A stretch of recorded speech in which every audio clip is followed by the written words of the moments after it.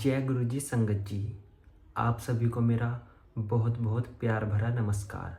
संगत जी, आज मैं फिर से गुरु जी के दो छोटे छोटे और बहुत प्यारे प्यारे चमत्कारी सत्संग आप सभी के बीच लेकर आ गया हूँ। संगत जी, यह दोनों सत्संग ओल्ड संगत जी के हैं और एक आंटी जी ने अपनी आवाज़ में इन दोनों सत्संग को रिकॉर्ड करके भेजा है।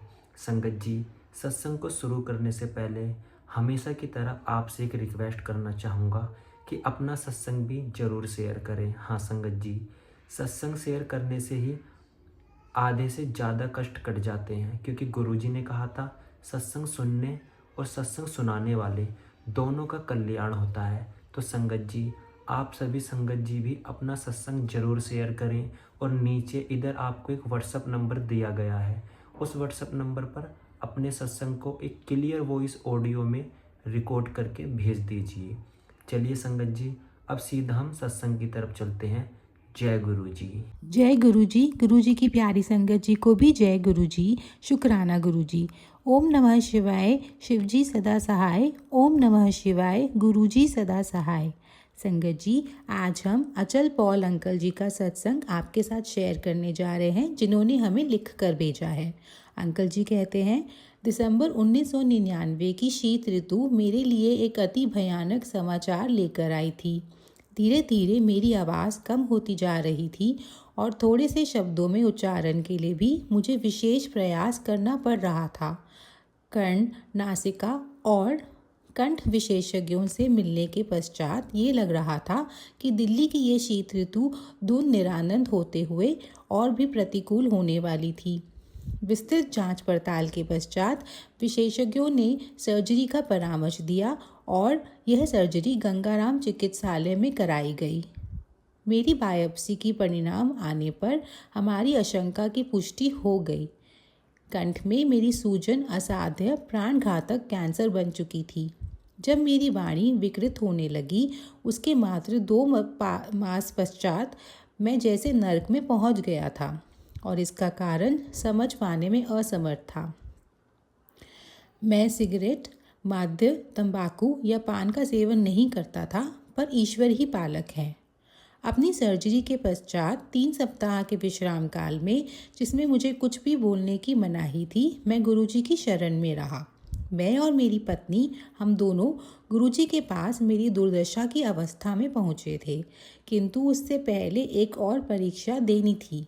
चिकित्सालय से आने के बाद 5वें दिन मेरी गुरुजी के पास जाने की अटूट अभिलाषा जागृत हुई। संयोग से उस दिन अत्यधिक वर्षा हो रही थी। मेरे परिवार के सदस्यों ने मुझे किसी और दिन जाने की सलाह दी, पर मैं नहीं माना। मेरा मन पक्का हो चुका था। मेरे अंदर उसी दिन जाने की आवाज़ उठ रही थी। एम्पायर एस्टेट से गुरुजी के स्थान तक चलते हुए एक अद्भुत सुख का आभास हुआ।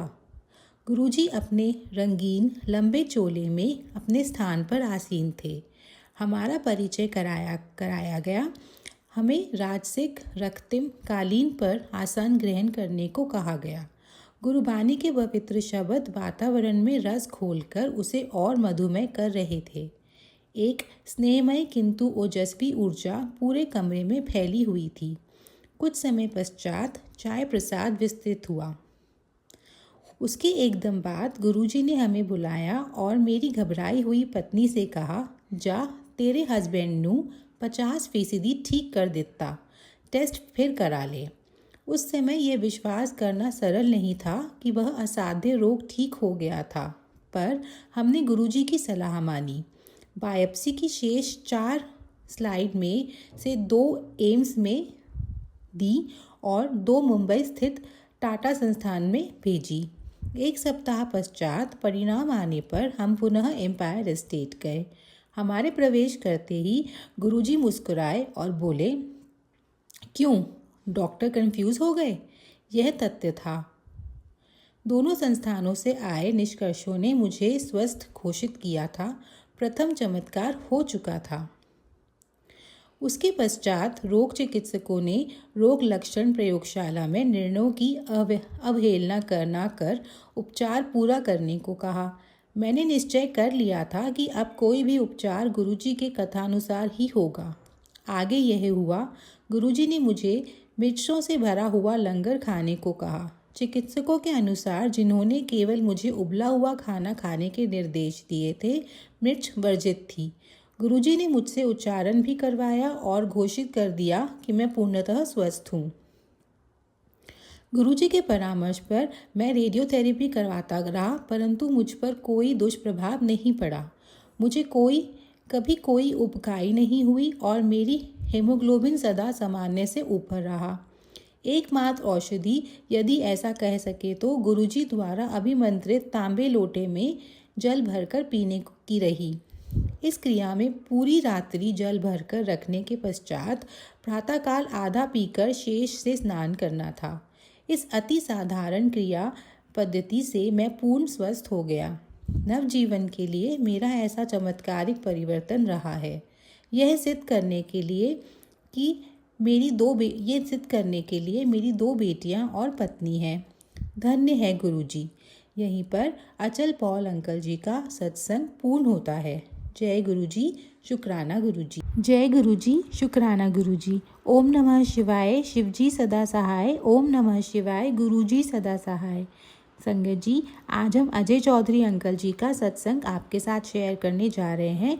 अंकल जी लिखते हैं, हम सब एक ही सफ़र के मुसाफिर हैं, फ़र्क सिर्फ रास्ते में है जो अपनाते हैं अपने अंतिम लक्ष्य तक पहुंचने के लिए।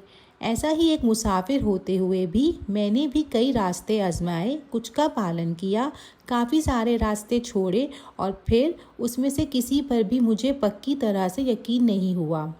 खुशी मेरे पास आती और चली जाती। सफलता एक ऐसी चीज़ थी जिसकी मुझे आशा थी, प्यार वो चीज़ थी जिसके लिए मुझे लोभ था, और मेरा स्वास्थ्य वो मेरी ज़िंदगी का एक मुख्य मसला था। मेरे स्वास्थ्य की वजह से मुझे बहुत कष्ट उठाना पड़ रहा था और मेरी पूरी तरह से उम्मीद खो चुकी थी। संक्षेप में कहूँ तो मेरे लिए ज़िंदगी का मतलब जीना नहीं रहा था। एक बदनसीब पीड़ित व्यक्ति की तरह, जिसके साथ कोई बड़ी दुखांत घटना घटी हो, मैं अपनी किस्मत के साथ समझौता करने की कोशिश कर रहा था।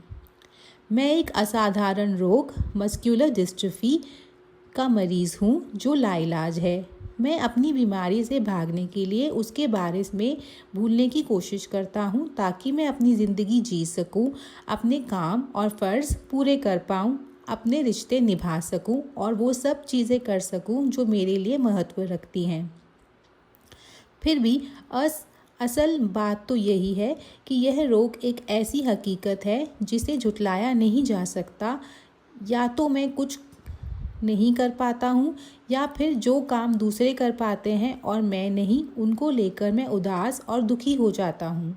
ऐसा लगता है जैसे कि मैं अपनी बीमारी से जीत नहीं पा रहा हूँ। मेरी पत्नी और दोनों बेटियों ने हमेशा मुझे संभाला, मुझे प्यार दिया और मेरा ख्याल रखा, पर मुझे उनकी चिंता रहती है। मुझसे ज़्यादा ये जिम्मेदार रहे हैं और उन्होंने कभी भी मुझे विकलांग महसूस नहीं होने दिया। फिर भी मेरी अंतरात्मा संतुष्ट नहीं थी। बिना किसी वजह के मुझे शिकायतें रहती। मुझे ऐसा लगता था जैसे मेरी ज़िंदगी में मज़ा और सुख नहीं था। हालांकि मेरे पास मेरा परिवार और मित्र थे, पर व्यक्तिगत तौर पर मुझे लगता था जैसे कि मैं एक मुसाफिर था जो एक ऐसी स्थिर राह की तलाश में था जो मुझे मेरी मंजिल तक ले जाए, जो मुझे याद दिलाए कि मैं कौन था और क्या करना चाहता था, जिससे मुझे खुशी मिले। यकीनन मुझे अपनी मार्गदर्शक रोशनी की तलाश थी। फिर एक दोपहर मुझे डॉक्टर जेथरा का फ़ोन आया और उन्होंने मुझे गुरुजी से एक बार मिलने के लिए कहा। उस एक मुलाकात से असंख्य मुलाकातों का सिलसिला शुरू हो गया और अचानक से मेरी ज़िंदगी बदल गई जब मैं अपने प्रकाश स्तंभ से मिला, यानी गुरुजी से मिला। मुझे ऐसा लग रहा था मानो किसी ने मुझ पर जादू कर दिया हो। मैं एक ऐसे छोटे बच्चे की तरह महसूस कर रहा था जिसे उसका चिन्ह मिल गया हो। मैं गुरुजी से सितंबर 2006 में मिला और उस दिन से मेरी ज़िंदगी बेहतर हो गई। इस सच्चाई को अपनाने में कि वाकई मैं एक गुरु एक गुरु हो सकते थे जो मेरी ज़िंदगी को सुखद और सरल बना सकते थे। मुझे काफ़ी समय लगा। मुझे वह क्षण याद है जब गुरुजी ने मेरी ओर देखा था और वह जान गए कि मैं बीमार हूँ। वह मुझसे कुछ नहीं जानना चाहते थे क्योंकि जितना मैं खुद के बारे में जानता था वह पहले से ही उससे ज़्यादा मेरे बारे में जानते थे। वो तांबे का लोटा जो उन्होंने मुझे अभिमंत्रित करके दिया मेरे लिए सबसे अच्छा तोहफा है जो मुझे कभी मिल सकता था।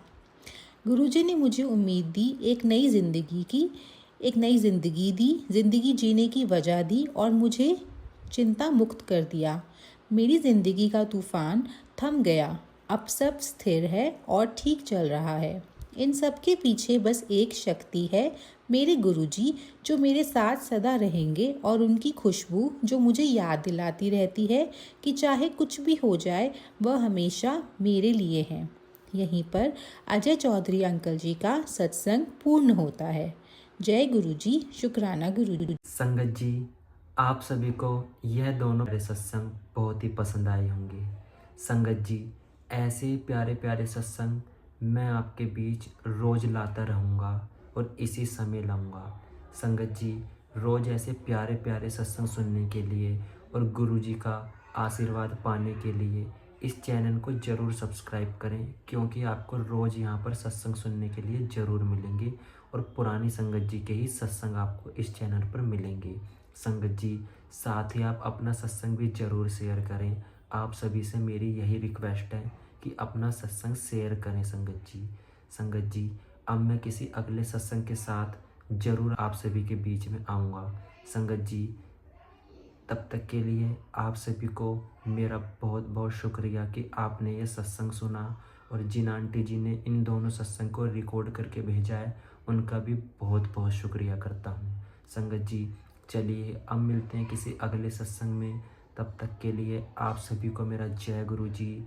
प्यारी संगत जी, जय गुरु जी, शुक्राना गुरु जी महाराज।